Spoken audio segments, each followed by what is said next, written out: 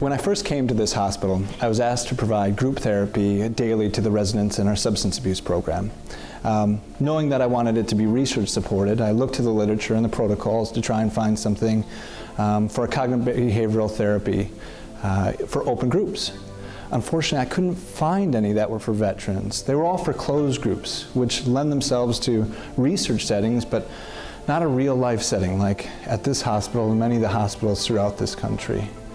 As such, with the help of others, I developed a 20-session group cognitive behavioral therapy protocol called Mind Freedom. So as a social worker working with the veterans, I have seen improvement with the Mind Freedom CBT, and it seems to lend itself to our open group format. CBT was the first tools that actually gave me confidence and gave me the ability to not only actually contemplate being sober, but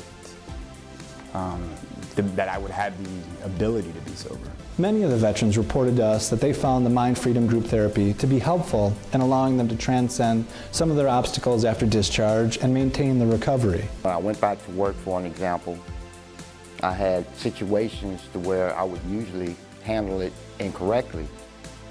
But being that I'm thinking on my thought patterns and I'm seeing what's motivating my actions, I can stop them before they become negative.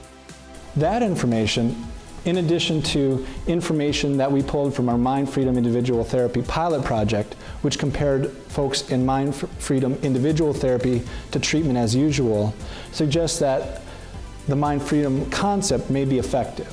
For instance, 100% in the Mind Freedom group completed their outpatient substance abuse treatment, compared to only 50% in treatment as usual. 84.6% of the Mind Freedom group were no longer using substances in the last week of their treatment. That's in comparison to 40.9% in the treatment as usual. Also, none of the folks in the Mind Freedom Individual Therapy group were transitioned to a higher level of care after their substance abuse treatment, versus 22.7% of the treatment as usual group did require that transition. Now that has access and financial ramifications. For instance, one estimate was that if extrapolated throughout the year, Mind Freedom could save this hospital about $500,000 alone.